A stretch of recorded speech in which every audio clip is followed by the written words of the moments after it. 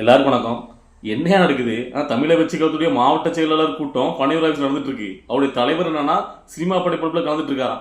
எதுக்கு அவர் கட்சி ஆரம்பிச்சுட்டு வரணும், இருக்கவனா டென்ஷன் பண்ணிக்கிட்டு நம்மளும் ஏதாவது பண்ண வரும் பார்த்தா அவர் படப்பில் அப்போ அது முழு நேரம் சினிமாவை நடிச்சுட்டு போனிதானே, எதுக்கு கட்சி ஆரம்பிக்கீங்க அப்படின்னு சொல்லிட்டு ஏகப்பட்ட வதந்திகள், அது எதிரிகள் கூடாரங்கள் வதந்திகள் பரப்புவது வழக்கமாக உள்ளதுதான். என்ன பண்ணாலும் பரப்புவாங்க. ஆனால் தமிழை வச்சுக்கிறதுக்கும் தளபதி விஜய் சப்போர்ட் பண்ணுறவங்க அந்த ரசிகர்கள் தொண்டர்கள் சில பேர் வந்து பார்த்தீங்கன்னா அதுக்கு வந்து பார்த்தீங்கன்னா பயங்கரமாக மனக்குமுறலாகி கருத்துக்களை கமெண்ட்ல பதிவு பண்ணும்போது எல்லாருக்கும் ஒட்டுமொத்தமா பதிவு சொல்லணும் அப்படிங்கிறத அந்த காணொலி. முதல்ல ஒன்று நல்லா புரிஞ்சுடுங்க எல்லாரும். அதாவது தளபதி விஜய் அவர்கள் தமிழை வெற்றி கழகம் அப்படிங்கிற அந்த அரசியல் கட்சியை ஆரம்பிச்சது யாருடைய கட்டுப்பாட்டிலையோ யாருடைய அழுத்தத்தின் பேர்லையோ கிடையாது. முழுக்க முழுக்கமா ரொம்ப ஆசைப்பட்டு சுதந்திரமா ரொம்ப வருஷமா காலத்துக்கு முன்னாடியே நாம இங்க வந்து பார்த்தீங்கன்னா ஒரு அரசியல் கட்சி ஆரம்பிச்சு ஒரு அரசியல் கட்சியமா அந்த மக்களுக்கு ஏதாவது பண்ணணும் அப்படின்னு அவர் சுயமா முடிவெடுத்தது அவர் ஆசைப்பட்ட விஷயம். அதை அவருக்கு பிடிச்ச மாதிரி என்னென்ன மாதிரி பண்ணணுமோ அதை அழகா பிளான் பண்ணி அவர் பிடிச்ச மாதிரி அதை எக்ஸிக்யூட் பண்ணிட்டு இருக்காரு. அவர் நல்லா சொல்லிட்டாரு, இதுக்கு முன்னாடியே நான் வந்து 2026 தேர்தல் தான் போட்டியிடுவேன் அப்படின்னு தெளிவாக சொல்லிட்டாரு. சரியா? அதுக்கு இந்த இடைவெளி தேர்தலில் போட்டியிடல அதெல்லாம் கழியக்கூடாது. அதே மாதிரி மற்ற நடிகர்கள்லாம் அரசுக்கு வரும்போது அங்கே நடிச்சுக்கிட்டு சினிமா நடிச்சுக்கிட்டே தான் அரசியல் இருந்தாங்க ஒரு பார்ட் டைமா. ஆனால் இவர் தெளிவா தைரியமா பீக்ல இருக்கும் போதே இல்லை, நான் வந்துட்டு எனக்கு ஒரு லாஸ்ட் எனக்கு கமிட் ஆனால் அந்த படப்பிடிப்பை முடிச்சுட்டு தான் முழு நேரமா அரசியல பயணிப்பேன், அப்போ அரசியல் மட்டும் தான் பயணிப்பேன், படத்தில் அடிக்க மாட்டேன் அப்படின்னு தெளிவாக சொல்லியிருக்காரு. அதெல்லாம் புரிஞ்சு கொடுக்கணும். ஓகேவா?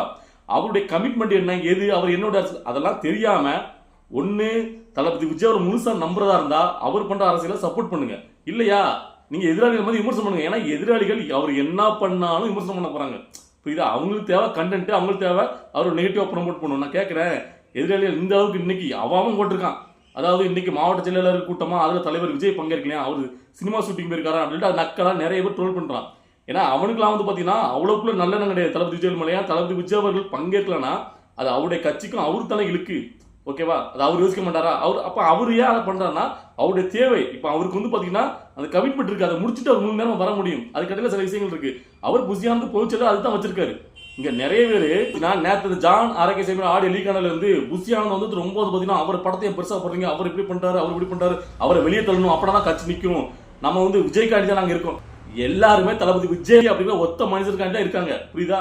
அவர் ஒருத்தருக்காண்டி தான் ஓட்டு, அவர் ஒருத்தருக்காண்டி தான் இவ்வளவு பெரிய கூட்டம் எல்லாமே. அது விஜயாவுக்கும் தெரியும், புசியானந்தவருக்கும் தெரியும். நீ நல்லா புரிஞ்சுடுங்க. புசியானந்த் அவர்கள் இல்லைனாலும் அதே இடத்துல யார் வந்தாலும் நாளைக்கு இதே இஷ்யூ வரதான் செய்யும். ஏன்னு கேட்டீங்கன்னா மற்ற அரசியல் தலைவர் மாதிரி தளபதி விஜய் கிடையாது. நல்லா புரிஞ்சுக்கிட்டு, தளபதி விஜயாவுடைய ஃபேஸ் வந்து ஒரு பிராண்டு.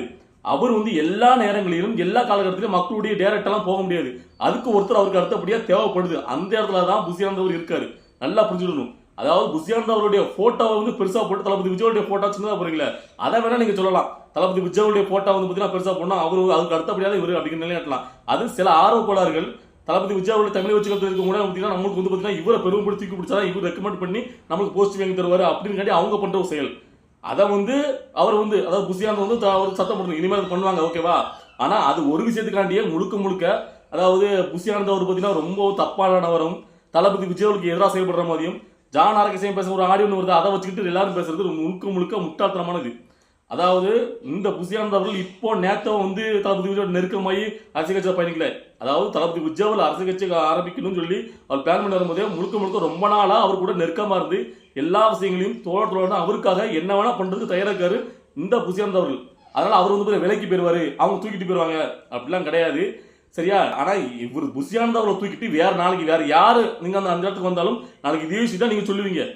ஏன் வந்துட்டு ஏன்னா தளபதி விஜய் மத்த அரசியல் மதியம் இப்போ வந்து சீமான் அவர்கள் மதியோ அண்ணாமலை அவர்கள் மதியோ நேரடியாக காத்துக்கு உடனே எல்லா விஷயங்களுக்கும் நேரடியாக போயிட்டு இருக்கும்போது அங்கே எவ்வளவுக்குள்ள இஷ்யூ வரும், எவ்வளவுக்குள்ள அது ஒரு பிரச்சனை இருக்குங்கிறது உங்களுக்கு நல்லாவே தெரியும். ஸோ அப்படிங்கிற சூழ்நிலையில தளபதி விஜய் அவர்களுக்கு அடுத்தபடியா ஒரு நம்பிக்கை பாத்திரமா புசியானந்த் அவர்கள் இருக்காரு. புரியுதா? ஸோ அதனால அவர் செயல்படல எந்த ஒரு தவறும் எந்த ஒரு முறையும் கிடையாது. எதிரியல் கூடாரங்கள் என்ன வேணா உட்காந்து தளபதி விஜய் அவர்களுக்கு நெகட்டிவா ப்ரமோட் பண்ணும் அப்படின்னு என்ன வேணா உட்காந்து வருவாங்க. அதுதான் இன்னைக்கு பண்ணிட்டு இருக்காங்க. இன்னைக்கு இவ்வளவுக்குள்ள நீங்க உங்களுக்கு தெரியும் நேற்று அந்த ஆடியோ விவகாரத்துல வந்து உண்மையில இருந்துச்சா தளபதி விஜய் அவர்கள் அது விஷயம் போகாமலே இருக்கும், அந்த விஷயம் தெரியாமலே இருக்கும். அப்படி இருந்து இன்னைக்கு அதை கொஞ்சம் கூட பொருட்பண்ணாம அதே மாதிரி அவர் தீர்மானிச்ச மாதிரியே புசியானந்தோட தலைமையில இன்னைக்கு வந்து பாத்தீங்கன்னா மாவட்ட செயலாளர் கூட்டம் நடந்துட்டு இருக்கு. அப்பயும் உங்களுக்கு புரிஞ்சிருக்கணும், தலைமையில எந்த பிரச்சனையும் இல்ல, கட்சியில எந்த பிரச்சனையும் இல்ல, வெளியே உள்ளவங்களுக்கு ஏதாவது ஒன்று விமர்சனம் பண்ணணும், தமிழை வச்சுக்கிறதையும் தளபதி விஜய் நெகட்டிவா ப்ரொமோட் பண்ணணும். ஏன்னா இப்படி எல்லாம் பழப்பினா அந்த கட்சியில வந்து பாத்தீங்கன்னா ஒரு இது இல்ல, இந்த விஜய் அவர் டம்மியா தான் இருக்காரு, புசியானா எல்லாம், அதனால அப்படின்னா ஒரு நெகட்டிவ் ப்ரொமோட் பண்றதுக்கு இவங்க ட்ரை பண்றாங்க. அதனால 2% கூட ஓட்டு கூட வாங்காது, கமல்ஹாசன் மட்டும் 4 வாங்கிச்சு அப்படி இப்படின்னு தேவையில்லாம வகையில பரப்பிட்டு இருக்காங்க. இதை வந்து புத்திசாலித்தனமா அதை புரிஞ்சுக்கிட்டவங்க இதுக்கு தெரியும்.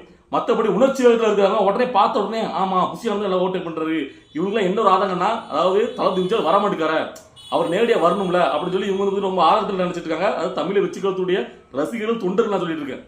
எதிரிகளான கணக்கிலே விட்டேன், எதிரிகள் என்ன பண்ணாலும் விமர்சனம் பண்ணுவாங்க. சில தொண்டர்கள் ரசிகர்கள் இந்த மாதிரி குமுறுகள் வந்து பார்த்தீங்கன்னா நான் நிறைய கருத்துல கமெண்ட்ல பார்க்குறேன். அதுக்கு நான் சொல்றேன், அதாவது உண்மையிலே நேசிங்க. அவர் வந்து பார்த்தீங்கன்னா அவ்வளவுக்குள்ள வந்து பார்த்தீங்கன்னா தவறான முடிவுகளை எதுவுமே எடுக்கல, நல்லா யோசிக்கணும்.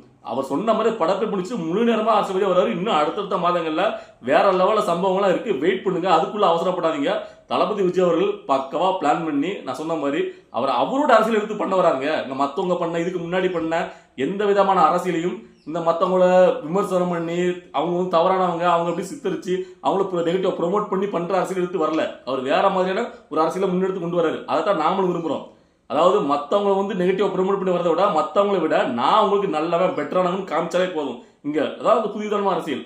ஸோ அதனால அவர் யாருமே நீங்க விமர்சனம் பண்ணாங்க, மற்றவங்க எல்லாம் கடந்து போங்க, அவங்க மேல வைக்கிற குச்சாட்டு தவறுனா அதுக்கு வந்து ஆதாரத்தோட நீங்க பேசுங்க, அப்படிதான் அவர் எல்லா இடத்தையும் சொல்றாரு. ஒரு டீசென்ட் அப்ரோச். ஸோ அப்படிப்பட்ட ஒரு அரசு வரும்போது இங்க மற்றவங்க மாதிரி அரசியல் பண்றதுக்கு அவர் எங்க புதுசாக ஒரு கட்சி ஆரம்பிச்சு வரணும், அதை ஏன் புரிஞ்சுக்க மாட்டேங்க? அவர் என்ன இப்ப எந்த தவறா எதுவும் பண்ணிட்டாரா? அவர் வர முடியல, அதுக்கு அவர் சரியான காரணங்களுக்கு ஒரு கலந்துக்க முடியல. அவரோட கட்சி தானே, அவர் தானே ஆரம்பிச்சிருக்காரு, அவருக்கு இல்லாத அக்கறை அவங்களுக்கு வந்துட்டு இல்ல. இதை எதுக்கு நான் இவ்வளவு எடுத்து பேசணும்னு வச்சுக்கிட்டீங்கன்னா, நிறைய பேர் வந்து பாத்தீங்கன்னா, அதாவது இப்போ வந்து சீமானவரோட இஷ்யூ போயிட்டு இருக்குல்ல, அது 2 நாளா, அதாவது பெரியாரை பத்தி சீமானவர் தவறா விமர்சிச்ச சொன்ன அந்த விவரத்தை பத்தி ஏன் விஜய் அவர்கள் குரல் கொடுக்கல, பெரியாருக்கு ஆதரிச்சு எங்களுடைய பெரியார் கொள்கை தலைவர் நீங்க எப்படி தவறா விமர்சிக்க சீமான எதிர்த்து ஏன் கேள்வி கேட்கல அப்படின்னு எல்லாரும் முன் வச்சுட்டு இருக்காங்க. நான் கேட்கறேன், எதுக்கு எதிர்த்து கேட்கணும்னு கேட்கிறேன். எங்க அவர் தான் தெளிவா சொல்லிட்டாரா மாநாட்டில் பேசும்போதே, இவங்கலாம் கொள்கை தலைவர் 5 தலைவர் நியமிச்சார். அதுல பெரியார் அவரை சொல்லும் போது பெரியாரோடைய நல்ல விஷயங்களை எடுத்துக்கிடுவோம், பெரியாரோடைய கடவுள் மறுப்பு கொள்கையை நாங்க எந்த காலத்திலும் ஏற்க மாட்டோம்னு முதல்ல புரிஞ்சுக்கணும். ஸோ அதே மாதிரி தான் பெரியார் அவர்கள் நிறைய விஷயங்களை பேசியிருக்காரு, அதுல நம்மளுக்கு முரண்பாடுகள் இருக்கு. ஸோ அப்படிங்கிற விஷயத்துல இது நிறைய பேர் அவங்களுடைய கட்டுரையில இருக்கு, அவங்களுடைய நூல்கள் இருக்குன்னு சொல்லியிருக்காங்க இதுக்கு முன்னாடியே. சரியா? இப்படி முரண்பட்டு இருக்கும்போது அந்த விஷயத்துல, ஏன்னா திராவிட கழகமே இதை முழுசா வந்து ஆதாரத்தோட அவர் பேசலாம்னு சொல்ல முடியாது.